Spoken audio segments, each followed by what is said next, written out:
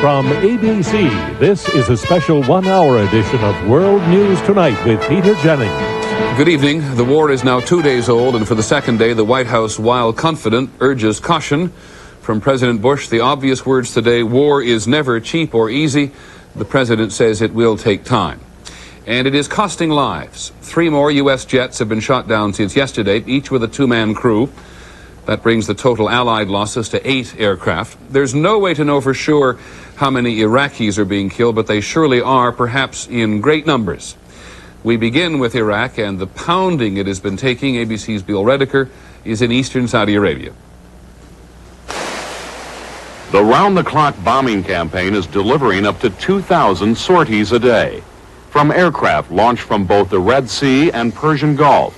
From land bases in Saudi Arabia and nearby friendly nations. Sometimes the attacks are made with pinpoint accuracy.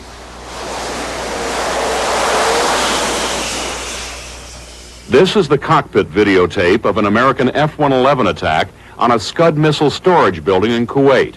As he turns and banks away from the target, the pilot, from 2 miles away, fires 2 2,000-pound laser-guided smart bombs. Watch the entrance to the building. Central Command generals at their first war briefing today claimed an 80% success rate and showed off some of their best results. And this is my counterpart's headquarters in Baghdad. This is the headquarters of the Air Force, and keep your eye on all sides of the building as the airplane overflies the building and drops the bomb down through the center of the building. But Commanding General Norman Schwarzkopf cautioned against too much optimism. The President of the United States said that this is not Panama. It will not be over in a day, and it certainly won't. One of the problems for pilots is weather. Today's overcast skies made visibility difficult. It's not a problem of finding the target as much, though the A6 would be better at doing that, as much as self-defense.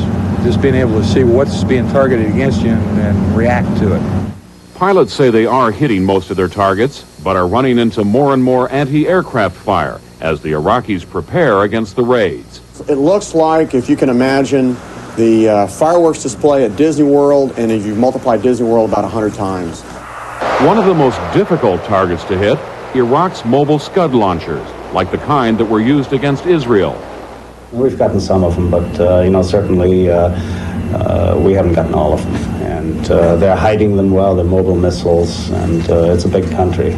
The Patriot anti-missile system stopped this incoming Scud that threatened Saudi Arabia earlier today. I had just so happened looked over my right shoulder as I was starting the right engine to make sure the intake was clear, and the missile came off my right side and went up, and I saw the missile go up and snake up and then explode and hit the other missile. But the threat alone is slowing down troops. During the attack on Israel, ground forces here in Saudi Arabia were put on alert.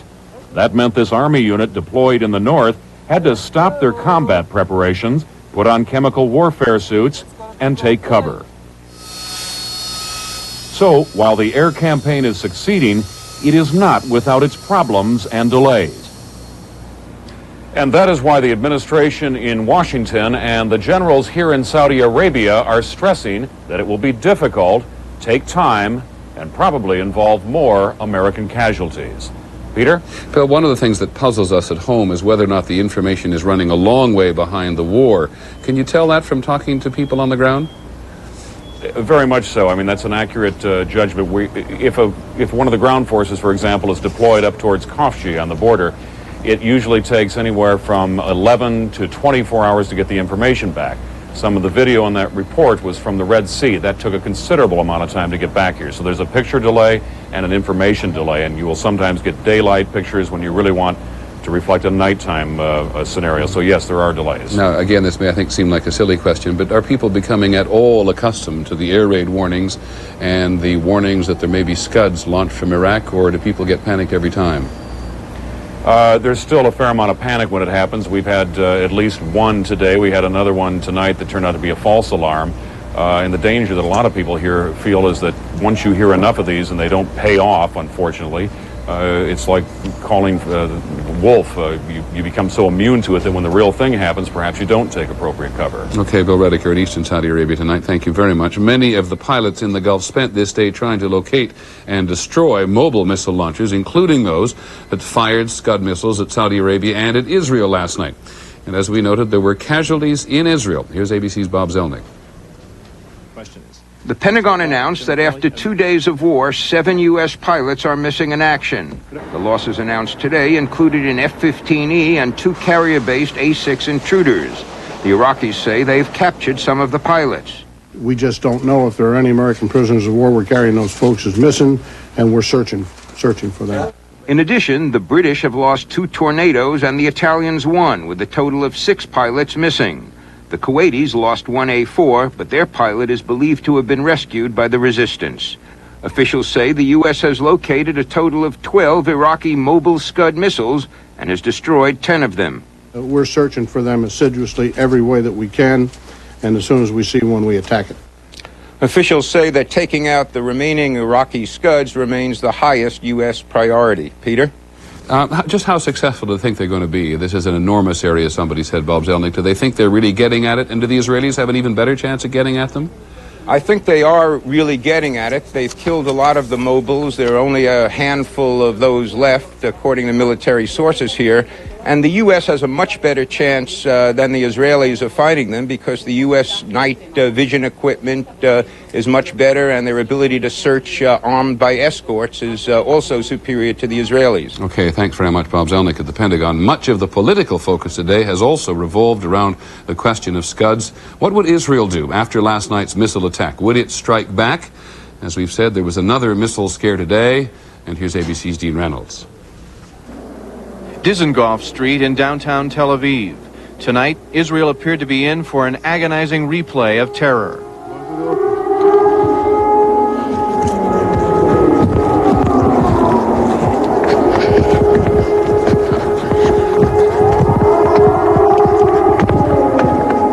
The air raid siren shattered the silence that covered a jittery nation for most of the day and sent Israelis scurrying to the shelters once again.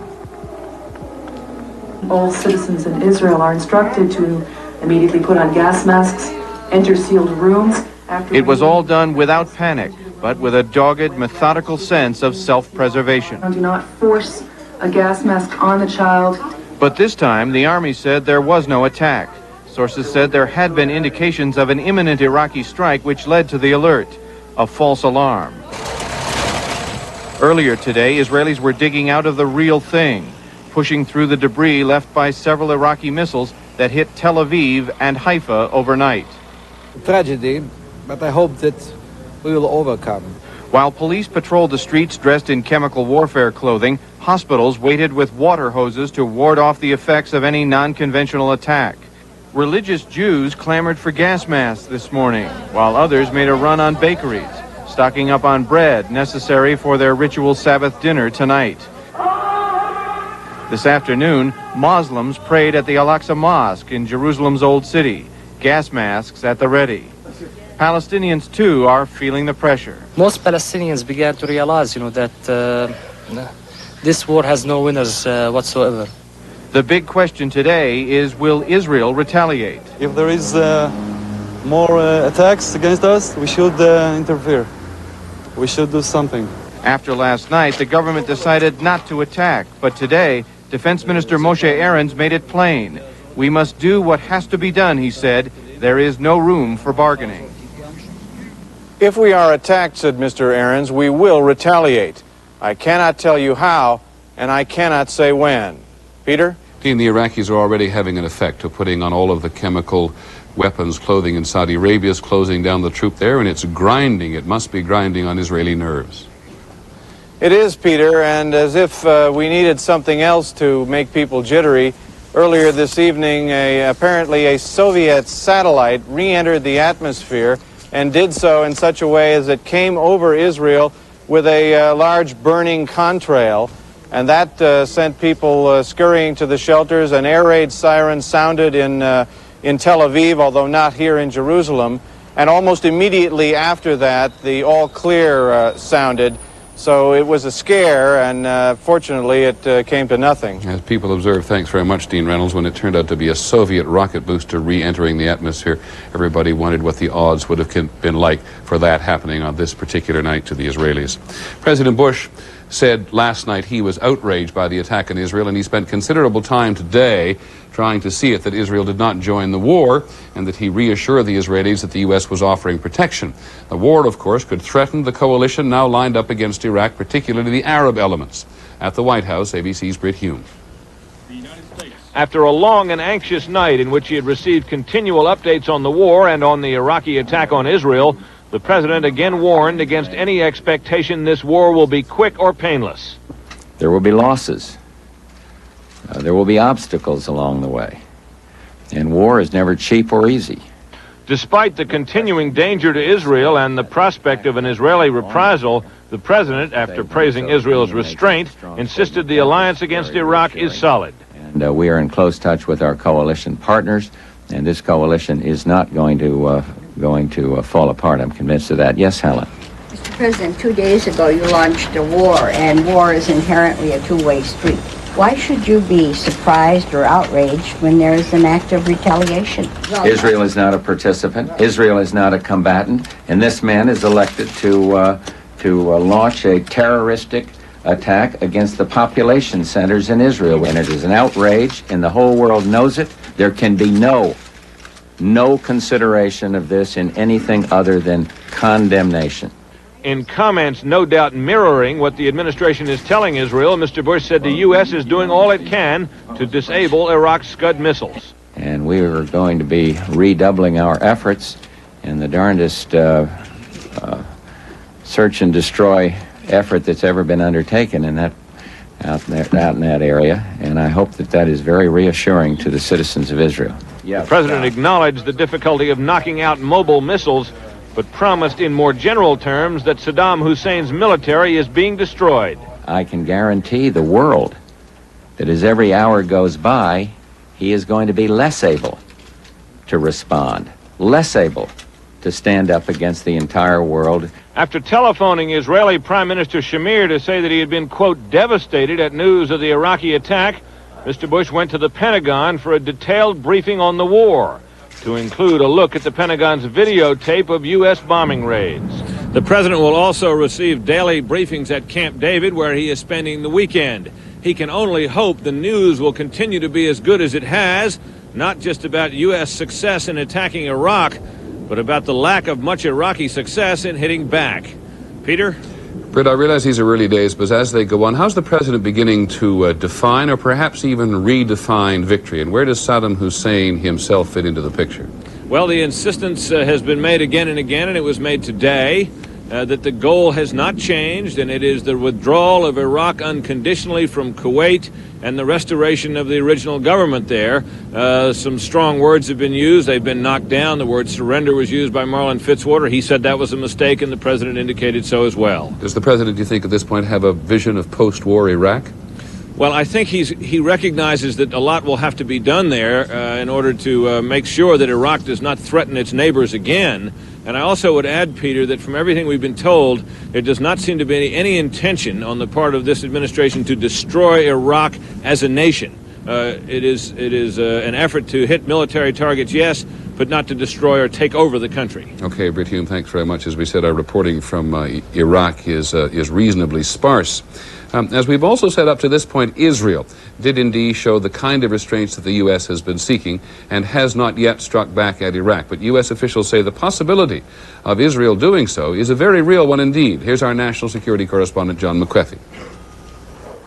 If Israel retaliates, one major concern is that Israeli jets seeking the shortest route to Iraq would fly over Jordan or Syria to get to the missile sites. That overflight itself could touch off a broader war, with both Jordan and Syria vowing to shoot down Israeli planes if they try it. Another question is whether mixing Israeli planes into the already crowded skies over Iraq would create hazards for everyone, since the Israeli warplanes would not be integrated into the coalition attack plan. U.S. officials say that is not a particular concern because the United States will be able to electronically track and identify Israeli planes if they enter the fight. The greatest worry, of course, is whether the Arab members of the coalition will pull out rather than fight on the same side as Israel. Thus far, the coalition appears to be willing to accept Israel's right to defend itself. We are part of the coalition, and to put it simply, you don't have to worry about it. Even so, many besides the U.S. are urging Israel not to retaliate. Israel has the right of self-defense, and no one can take this decision from them. But we believe that restraint by Israel at this time would be interpreted as strength, not weakness. The U.S. has a similar message for Israel, that the best way to defeat Saddam Hussein politically is to deny him getting Israel, to draw Israel into the fight. Peter? John, the relationship between the U.S. and Israel has always been a tricky one. Has this made military cooperation improve and perhaps even improve by the hour?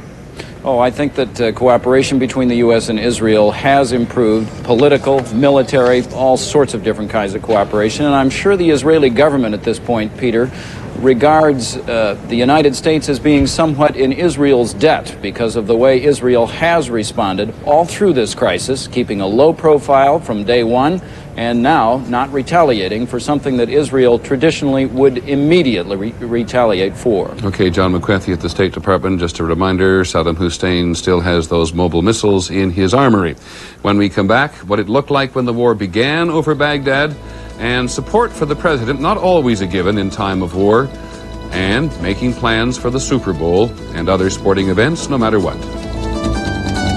I swim, I jog, I love junk food. Sometimes even I get constipation. When it happens to you, X-Lax pills give you a choice. Extra gentle for a little help, regular for a little more. X-Lax, for regular people who sometimes aren't. Once a year, the automotive world holds its breath awaiting the announcement of its most prestigious award. From all the new models to choose from, only one car dominated the competition in rigorous tests to earn the 1991 Motor Trend Car of the Year award. The Chevrolet Caprice Classic. It's simply breathtaking. The heartbeat of America. That's today's Chevrolet. The same medicine found in the prescription drug Motrin. Same as in Motrin, in non-prescription strength. If you want the same medicine found in prescription Motrin, wouldn't it just be simpler to ask for Motrin IB? Non-prescription strength Motrin IB. Accept no alternatives. A correspondent from the Reuters news service, Mahmoud Yusuf, paints a grim picture of Baghdad today. He calls it a ghost town. All shops, markets, and restaurants shut down when the first bomb hit 2 days ago. Food is going bad in refrigerators because electricity is out. So are the phone lines. The flow of tap water is getting weaker. Only militiamen, soldiers, and a handful of civilians are on the streets. And as we said, there are surely casualties, perhaps civilian casualties. We just don't have an idea. The most vivid pictures we have seen from Baghdad are those we saw for the first time last night. Baghdad at 0 hour, when the first attack against the city took place. Since then, ABC's Gary Shepard and his camera team have made their way to Jordan's capital, Amman. So this is his report on getting across Iraq at night and that first night attack on Baghdad. The opening salvo of the war caught Baghdad completely off guard. All the city's lights were still on and there was no warning, not even an air raid siren. Then it began. ABC News cameraman Fabrice Moussis used a special night vision lens to record the massive attack, which drew intense anti-aircraft fire from artillery batteries scattered on rooftops throughout the capital. Some of the airstrikes caused blinding explosions as the bombs hit their marks. Authorities were not able to achieve a complete blackout until the attack had been underway for more than half an hour. Occasionally, you could actually hear the American planes passing over the city before dropping their payloads. Incredibly, some vehicles were still moving on the roads as the attack was taking place. Terrified residents ran into the streets, seeking the protection of nearby air raid shelters. This shelter in the basement of the Al Rashid Hotel, where most foreign journalists were staying, was also used by hotel employees and their families. This round of air attacks lasted for more than 3 hours before it finally ended just before dawn. After daybreak, the city was in shock. The most visible damage we could see was to the International Telecommunications Building, where phone lines to the outside world were cut off. Yesterday afternoon, the 6-member ABC News staff left the Al Rashid Hotel and left Baghdad on this road, as seen in a recent satellite photo. Along with other journalists, we began what turned out to be a difficult and dangerous journey to the Jordanian border. ABC News cameraman Fabrice Moussis was one of those on the trip. Fabrice, we saw a lot more than Iraqis leaving Baghdad, didn't we? Yes, we saw some Scud missiles mounted on trucks headed for the Jordanian border. This was only 4 or 5 hours before the raid on Israel. We saw a few before the town of Radba, and again further down the road a few more. They were in small convoy with their lights off, except once in a while a small light, and there would be a few other vehicles joining them and a little anti-aircraft light truck. After it got dark, it got more and more dangerous on the highway toward the Jordanian border, didn't it? Yes, I felt it was particularly dangerous because we were on the highway, and on both sides there were airfields that were being attacked, and we were very vulnerable. And one airfield, the area is called H3, past the town of Radba, was being heavily shelled by what I think were phosphorus bombs, because they were when they would hit, you would see a succession of white lightning, and it was very intense fire. At one point during the air attacks, we were parked on the side of the road with our headlights out, fortunately under a highway overpass, because flak from the artillery was landing on the highway only 50 yards ahead of us. We finally arrived here in the Jordanian capital 400 miles and 24 hours after we left Baghdad. Gary Shepard, ABC News, Amman. There is more evidence today of the enormous concern and interest in the events in the Gulf. More Americans watched President Bush's speech the night before last on television, the one when he announced the beginning of hostilities, than any other event in television history. At his news conference today, President Bush sought to reassure the troops in the Gulf that the country is behind them. Yes, he said there are some protests against the war in the country, but he says the country is fundamentally united. Predictably, in the first moments of a crisis, there is also a coming together behind the president. But support can be a very slippery thing, especially if the fighting drags on. With a perspective, here's ABC's Jeff Greenfield.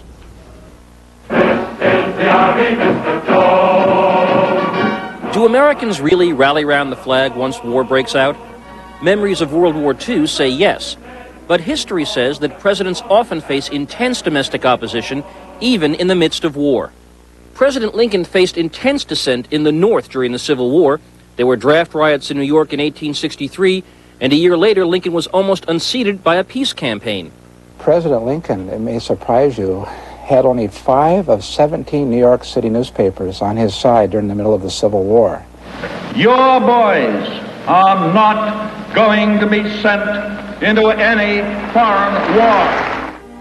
Isolationist sentiment was very strong in the days leading up to World War II. Only the Japanese attack on Pearl Harbor unified the nation. We are determined to preserve our freedom, no matter what the cost. President Truman was widely backed at first for sending troops to Korea in 1950, but as the war dragged on, his approval ratings plummeted. He decided not to run again in 1952. President Johnson suffered a similar fate as the Vietnam War escalated.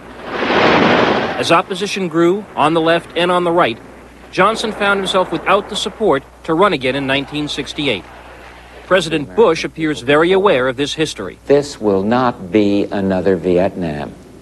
At this point, President Bush has much to gain from a quick, decisive victory, and he would probably retain support even for a long war if the cause appeared clear. But history does show that a protracted war with an uncertain purpose is as heavy a political burden as any a president has to bear. Jeff Greenfield, ABC News, New York. Well, so far the president certainly has the support of the Congress, though in some cases somewhat grudgingly. The House today voted overwhelmingly for a resolution offering unequivocal support for the men and women of the armed forces. It then went on to say the Congress commends and supports the efforts and leadership for the president as commander-in-chief. We noted that the word unequivocal is reserved for the support of the troops. Despite the war in the Gulf, the people who run professional sports said they don't plan to cancel any major games set for this weekend. The National Hockey League All-Star Game is tomorrow. The professional football playoffs are on Sunday. Both leagues say that as of now the games are still on. And so is the big one, 9 days away, the Super Bowl. Here's ABC's Dick Schaap. Despite the war raging in the Gulf, Despite a concern for terrorism that has brought concrete barriers and bomb squads to Tampa Stadium and extra security to the airport, despite the feeling of some sports columnists and fans that games have no place at a time of war, Super Bowl 25 is, as of now, going to be played on schedule a week from Sunday in a stadium jammed with 75,000 spectators. Just as football games were played minutes after the Japanese attacked Pearl Harbor. Just as football games were played 2 days after the assassination of John F. Kennedy, a decision former NFL Commissioner Pete Rozelle still regrets. But Rozelle has no argument against playing Super Bowl 25. It won't be the celebration if the war is still going on that it usually is if it's played, and I think it will be, but it won't be the celebration, national holiday that's been in the past. ABC Sports is proceeding with its plans to televise the game to a worldwide audience of hundreds of millions of people, including the troops in the Middle East. When they sit back here, they want something they can look at and watch. I'm sure they want to see us still playing football. Tampa authorities say they have not had a single threat of terrorism, not even a rumor. We would suspect that traffic will be our biggest problem. The ancient Greeks sometimes found war threatening their games too. They reacted differently. They postponed their wars. They declared a truce so that they could stage their Olympics. Dick Schaap, ABC News.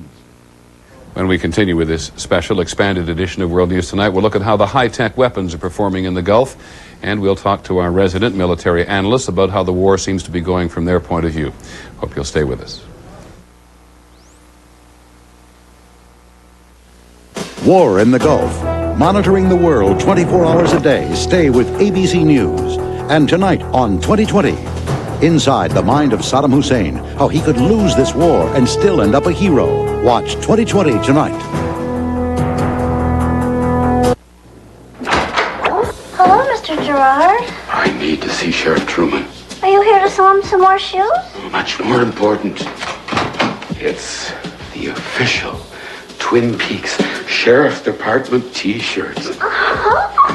To order your official Twin Peaks t-shirt, call the number you see on your screen now. It only costs $13.95 plus $3.25 shipping and handling, so have your Visa or MasterCard ready. Call for your t-shirt today. Channel 2 News is on your side as Middle Tennessee's Gulf War news source. Stay tuned to our 2 on the hour Gulf War updates throughout the day with up-to-the-minute information on developing events. Then watch ABC and Channel 2 News for in-depth reports and live coverage from the Middle East. For 24-hour information, call Channel 2's exclusive Gulf War update line at 259 WKRN. Stay informed with Channel 2 and ABC News. Hi, I'm John Clark. When it comes to consumer goods and services, I'm in your corner. Join me for Consumer Corner on Channel 2 News at 6. Call 259 WKRN for updates on the Gulf War. With Peter Jennings. At this hour, the planes of Operation Desert Storm are continuing their virtually non-stop bombing raids on targets in Iraq and occupied Kuwait, and there has been very much of a cost. 3 more U.S. jets have been shot down since yesterday, each with a 2-man crew. So far, the Allied forces have lost 8 aircraft. We do not know how many Iraqis are being killed, but considerable is perhaps an understatement. We begin this portion of our broadcast with another look at the air war and the part that the Marines are playing in it. Here's ABC's Jim Hickey. For 48 straight hours, it hasn't stopped. Hundreds of fighters and bombers have flown more than 2,000 sorties against Iraq, against Saddam Hussein. We're going to go out and keep doing it until we have to. He quits, he gives up. I mean, that's kind of the bottom line. But today there were weather problems. Marine pilots said heavy clouds forced them to return to base, unable to accomplish their mission. The FA-18s refueled, bomb racks still loaded, a dangerous thing to do. The cloud cover hampered their search for Scud missiles. It also made it too difficult to evade Iraqi surface-to-air missiles. It became questionable whether we were going to actually be able to see the ground or not, so we called an abort. Despite all the sophisticated electronics, fighter pilots like to actually see the approaching SAM missiles, so they can outmaneuver them. We know that those guys are there. They know that we're coming, and they they're throwing a lot of lead at us. Not all the planes, however, are affected by the cloud cover. Behind me is a Marine Corps A-6 Intruder. It is a versatile all-weather bomber designed for close air support of troops on the ground or for bombing runs deep inside Iraq. It is fully loaded and ready to go. It is loaded with deadly cluster bombs. After the repeated attacks on missile batteries and power plants, Marine pilots say they are now going after ground troops, Saddam Hussein's elite Republican Guards. These are good troops. You know, they're not going to scare that easily, but I think definitely if you look at a sustained around-the-clock bombing campaign against them, it's going to get to them. And pilots say already the Iraqi anti-aircraft fire is becoming disorganized. We've heard from them as far as their ability to communicate and to control their air defense system. This kind of surprised me. I figured that they'd be firing a lot more than they are. They are firing a lot, just not where I was. Peter, the pilots tell me that despite the bad weather and despite their inability to locate all the Scud missiles, they still consider their bombing campaign on schedule and on target. And we keep hearing, Jim, from the military high command that they're under very tight control to stay away from civilian targets or anywhere where civilians might be. Is that the sense you get from pilots too? Yes, that is the sense, Peter. They tell me that they are being very exacting in their bombing runs, very precise. And that's another reason why many of them return today rather than seek out targets of opportunity. That's not their mission, not their job. They have specific targets, and if they can't find them, they come home with their bombs still loaded. That's the point I was wondering if you're going to make. Thanks very much, Jim Hickey in Saudi Arabia tonight. If the reports from the field turn out to be accurate, the pilots flying for the Western Alliance have managed to hit a large percentage of their targets, not necessarily destroy, but hit. The Pentagon is clearly pleased. As ABC's Bob Zelnick reports, a lot of new, expensive new weapons systems have apparently been performing very well. In World War II, bomber crews used primitive bomb sights to try to hit their targets. Most of the time, they missed by up to half a mile. Launch. Missile away! This week, cruise missiles controlled by computers scored direct hits on 51 of the first 52 firings. Laser-guided bombs also scored direct hits. This pinpoint accuracy allows a single bomb today to do the same work as thousands of less accurate World War II weapons. One F-15E packs the military impact of an entire squadron of B-24s. Today, the U.S. began operations against Iraq from the Encirclet base in Turkey. This will allow U.S. fighters to pursue Iraqi planes that try to flee. In addition, U.S. bombers will be able to attack targets in Iraq without refueling. Sources here say the battle against Iraqi air defenses has gone so well that Allied aircraft today stepped up their attacks against Iraqi ground forces, particularly the elite Republican Guards. And for the first time in the war, Apache helicopters and A-10 Warthogs began hitting Iraqi armor.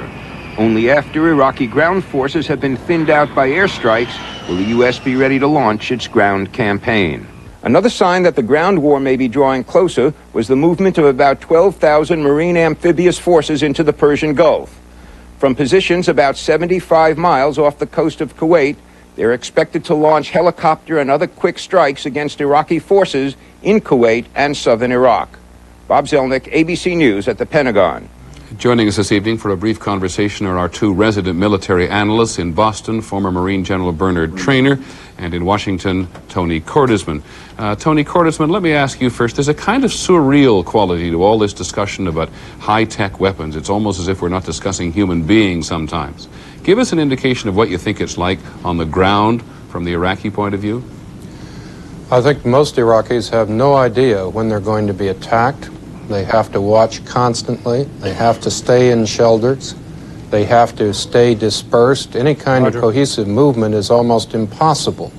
And as we shift from the air suppression phase of the war to air attack in detail, it's going to get worse. Every moment and every day. Anything they do, every time they move, they'll never know when something's coming over the horizon and it's going to hit them before they know they're under attack. So our supposition that there are likely to have been heavy casualties, certainly among the military, is a reasonable one.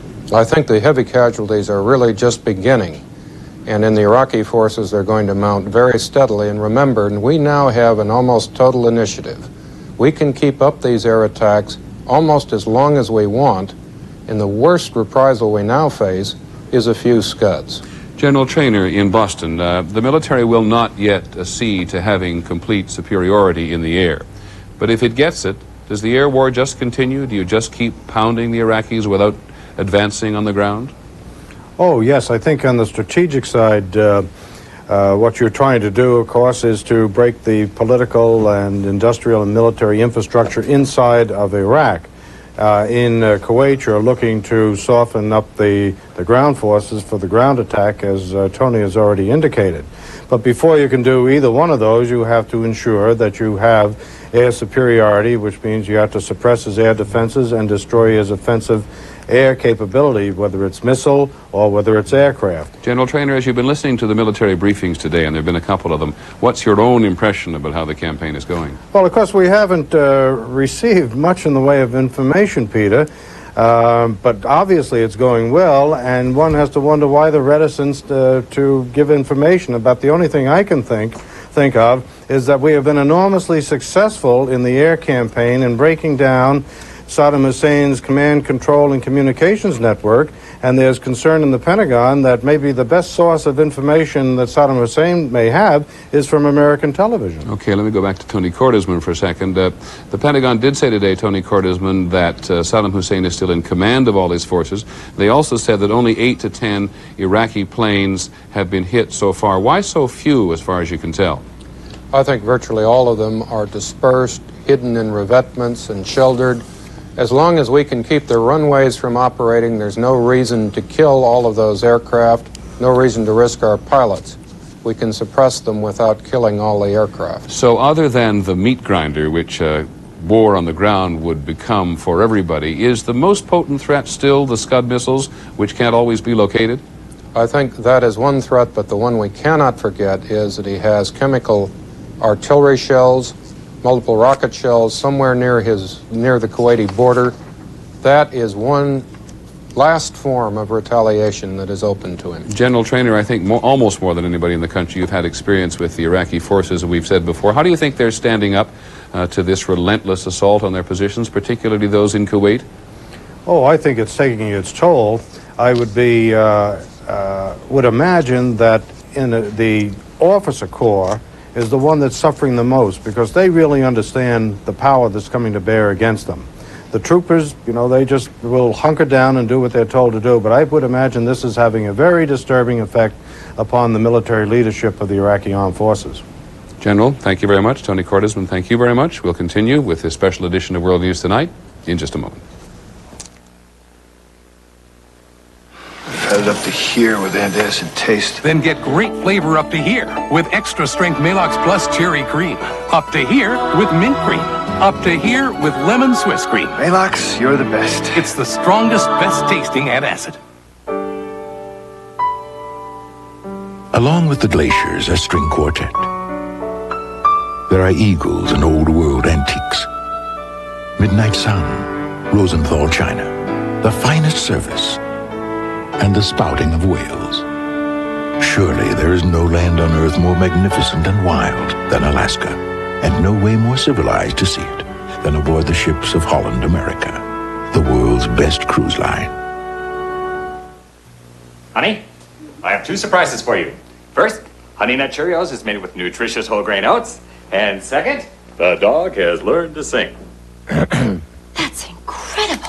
Honey Nut Cheerios, nutritious whole grain oats? Surprisingly, Honey Nut Cheerios is more than just delicious nuts and honey. It's made with nutritious whole grain oats. It's incredible, incredible, yeah. My sentiments exactly. It's a Honey Nut Cheerio. Look at me, enjoying corn on the cob, thanks to Super Polygrip. Super Polygrip forms a seal that holds so tight, many denture wearers can enjoy more of their favorite foods. Even corn on the cob. Super Polygrip. The Israeli factor It is still not clear if Israel will retaliate for yesterday's Iraqi missile attack against Israel. If it does, it raises again, in fact it's already raised, the question of whether the Arab members of the anti-Iraq coalition will abandon ship or stick with the United States. The biggest question mark is really Syria. ABC's Charles Glass is in Damascus today.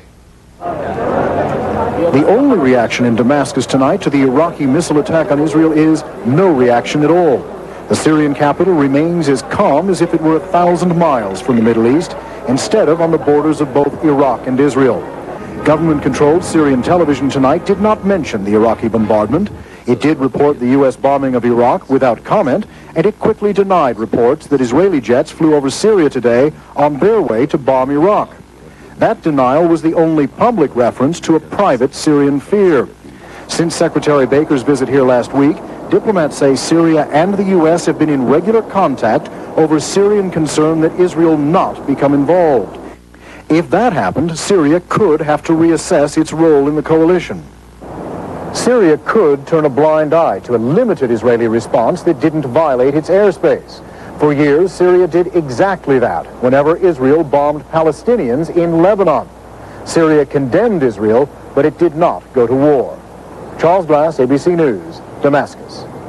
Egypt's ambassador to the United States today affirmed his country's support for the anti-Iraq coalition. He said it would hold even if Israel retaliates against Iraq.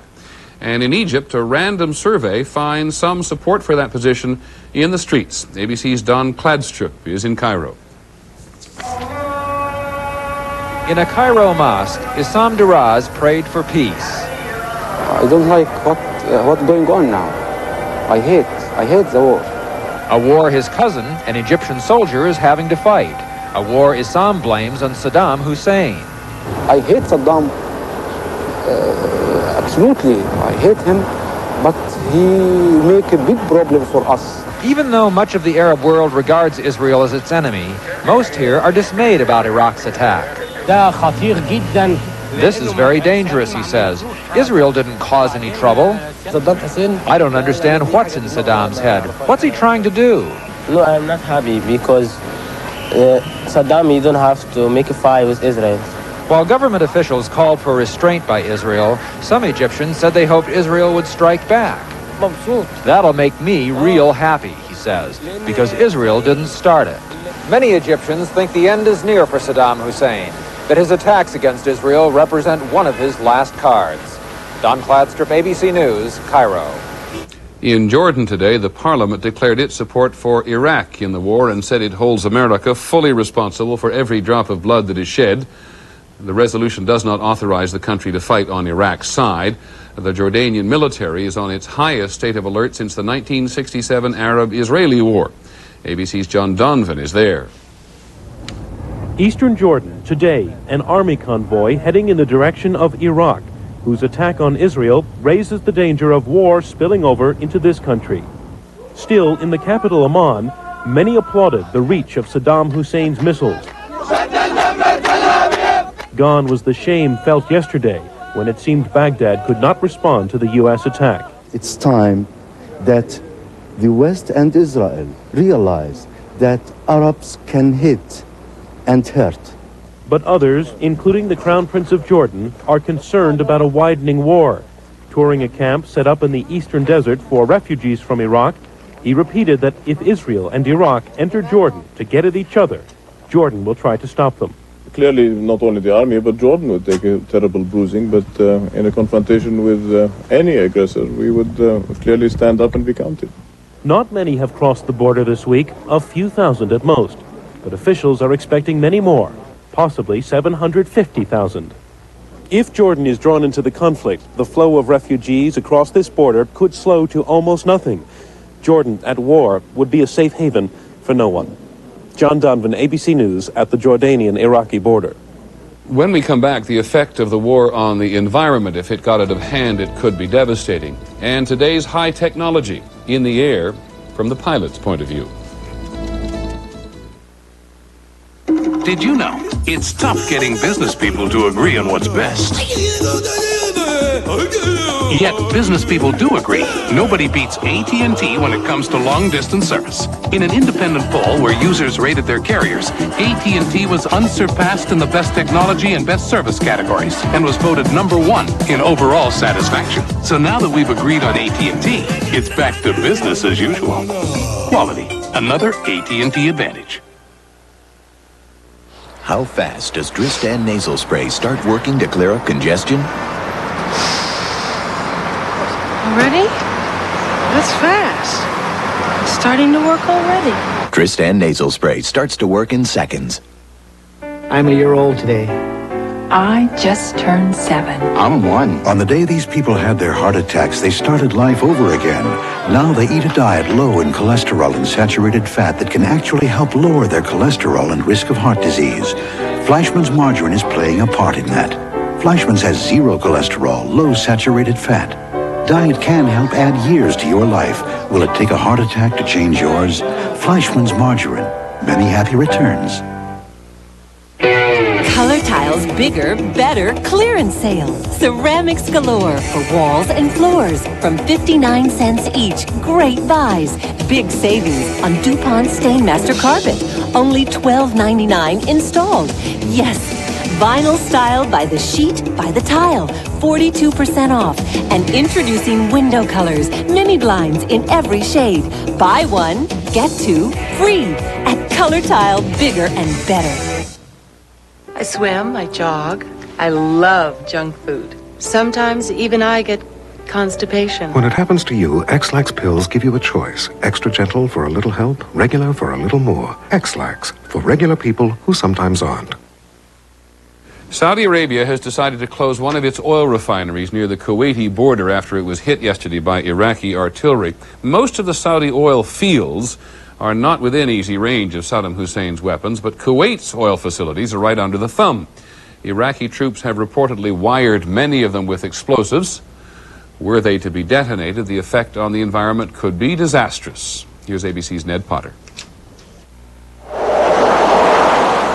Picture the war ending in quick victory as American planes destroy enemy airfields and Tomahawk missiles wipe out command posts. The Iraqis are devastated, but as they retreat from Kuwait, they do the single most destructive thing they could. They blow up 300 of Kuwait's oil wells, poisoning the air with tons of black soot. This is the smoke from just one American oil fire. Picture that rising across an entire country. The people who are at risk from the ecological and environmental damage is far greater than those people who are at risk from the war itself. Scientists and anti-war activists paint a dark picture of environmental fallout from a Gulf War. They cite reports that Iraq has booby-trapped 300 to 500 of Kuwait's oil wells. In a worst-case scenario, they say the wells could burn for months, creating a cloud of soot half the size of the United States. Carried eastward by the jet stream, it would block sunlight beneath it, perhaps causing drastic cooling to the land below. The possible result? Massive crop failure as far away as India, China, or the Philippines. One estimate says sunlight in those places would be reduced by half. Temperatures at the Earth's surface could go down by about 5 to 10 or maybe more centigrades. That is, in Fahrenheit, about 10 to 20 degrees Fahrenheit. And that by itself is a climate disaster. There are skeptics who say the fears are exaggerated. It still does not come out on our models as anything that's going to give more than local pollution, local black clouds, a local cooling. But nobody knows what would really happen. There have never been hundreds of oil well fires at a time. And meanwhile, there are other fears. What about radioactivity after attacks on Iraq's nuclear facilities? What about toxic fumes from the wreckage of their chemical weapons depots? Some say Iraq might use oil as a weapon, the way it did against Iran in 1983. It might unleash giant spills in the Gulf to block naval attacks and clog desalination plants that provide drinking water. This is not hollow speculation about environmental consequences. This will be a war of unprecedented damage, both human and ecologic. Ironically, the country most likely to be hurt by Iraq's plans would be Iraq. it would suffer the fallout before anyone else does. But scientists say the rest of the world should be sobered. Modern war is more destructive than ever, especially when it is fought right on top of the powder keg. Ned Potter, ABC News, New York. The price of oil, which plunged more than $10 yesterday, fell again today, more than $2 a barrel. It is now under $20 for the first time since Iraq invaded Kuwait back in August. On Wall Street, the Dow Jones Industrials gained more than 23 points to close at 2646, and the trading was again very heavy. A smaller oil bill helped to narrow the U.S. trade deficit in November, down $1.3 billion to $9.7 billion.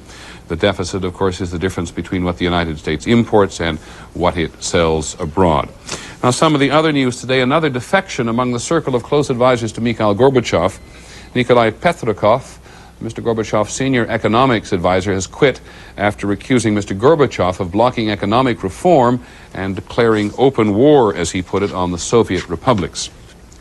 One of America's biggest airlines is shutting down, and they say for good. ABC News has learned that Eastern Airlines will stop all flights at midnight. The company went into Chapter 11 bankruptcy nearly 2 years ago. It has 18,000 employees. The company will continue its efforts to find a buyer. The federal government revealed for the first time today how much money it paid to Manuel Noriega over the years when he was running things in Panama and also working clandestinely for the United States. In the U.S. court papers show the CIA and the Army paid Noriega a total of about $300,000 over 31 years. Noriega is still in a federal prison awaiting trial on drug charges. We'll be back in just a moment. What would it take to get you to change from Advil or Tylenol? How about something new from Bayer? New Bayer Plus with Stomach Guard. It's got it all. Bayer Plus has Bayer aspirin for powerful pain relief. To bang back headaches, muscle aches, and minor arthritis pain. And New Bayer Plus has more. Stomach Guard to help prevent stomach upset. So bang pain back with New Bayer Plus. The wonder drug worth trying. It's tough on pain, gentle on your stomach. A lot of you insist on eating wheat thins and oat thins because they taste good. But the whole idea behind these crackers is that you can eat them without feeling guilty. That's why they're baked, not fried. I mean, eat them because they're delicious, and you miss the whole point. I've had it up to here with antacid taste. Then get great flavor up to here with extra strength Maalox Plus Cherry Cream. Up to here with mint cream. Up to here with lemon Swiss cream. Maalox, you're the best. It's the strongest, best tasting antacid. Those who think only short term may take a bearish view of the times ahead. But those with a long-term perspective will see the future as a whole different animal. At Merrill Lynch, our insight and understanding can lead you to the opportunities that lie ahead. Merrill Lynch, we're bullish on the future.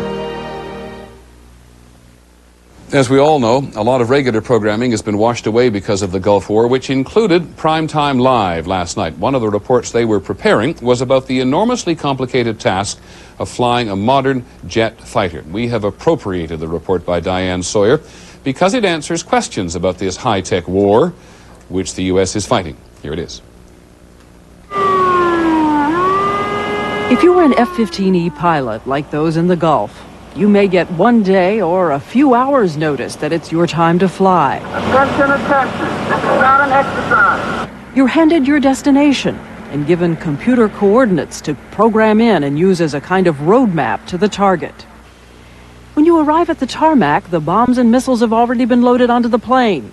The ones you fire at the ground are so heavy, they can only be lifted with a crane. You'd probably go out an hour ahead of time to do an inspection of your airplane and be sure that everything is the way it should be, no flat tires, things like that, and that there is no hydraulic fluid dripping and all this sort of thing. Check the security of your equipment on the airplane, be sure nothing is loose. And then about a half hour ahead of time, you'd probably climb in and strap into the aircraft with the help of your crew chief. Retired Colonel James Coyne has written a book about the F-15E.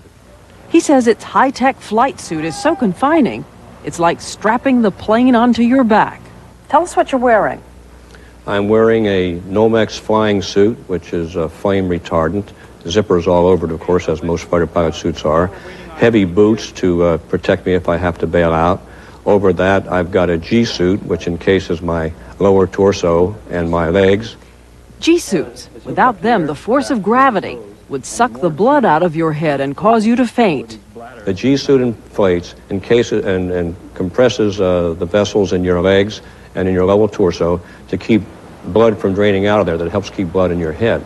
Captain Gary Wolver is an F-15 fighter pilot who agreed to man the simulator in Langley, Virginia. As he shows, the throttle doesn't move. It's really a handle full of sensors that simply respond to the slightest pressure from a pilot's hand. An F-15 can reach 40,000 feet in about a minute. It may take about an hour to fly from central Saudi Arabia toward a target in Iraq, refueling in the air along the way. You'd fly up behind the aircraft and below it.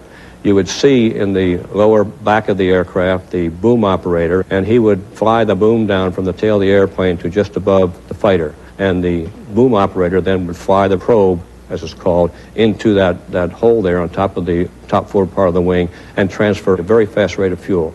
So the approach toward the target is ready to begin. The computer has been programmed with the coordinates of the site. The infrared comes on. Night vision is clear. In the F-15E, you can be as close as 100 feet, doing 500 or 600 miles an hour. The pilot is looking ahead through the head-up display, it's called, which utilizes an infrared system called Lantern, which, among other things, enables him to see in the darkness as if it's daylight.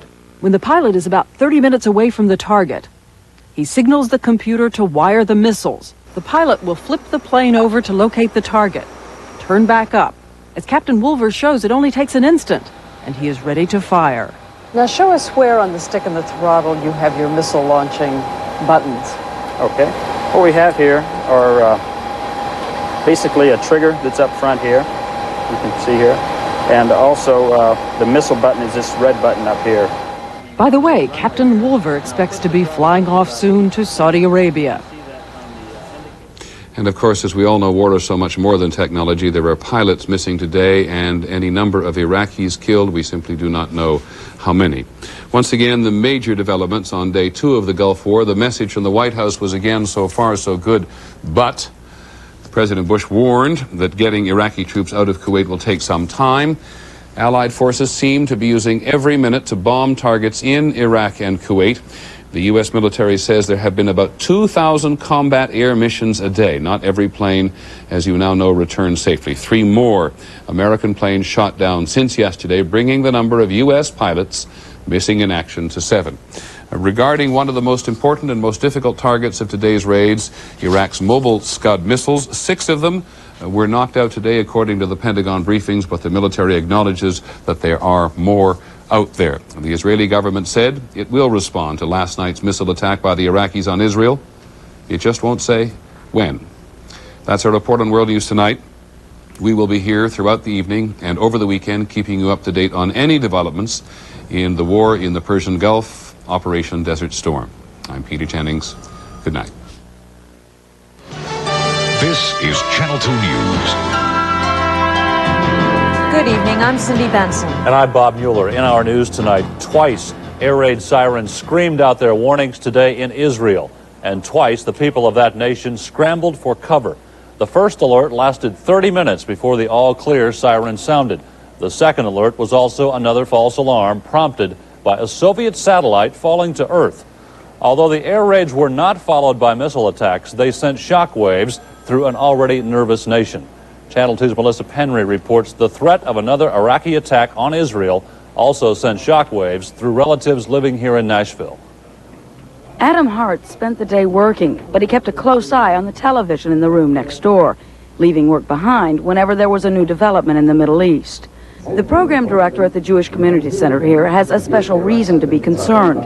His sister and her family live near Tel Aviv, the city already hit once by Saddam Hussein's missiles.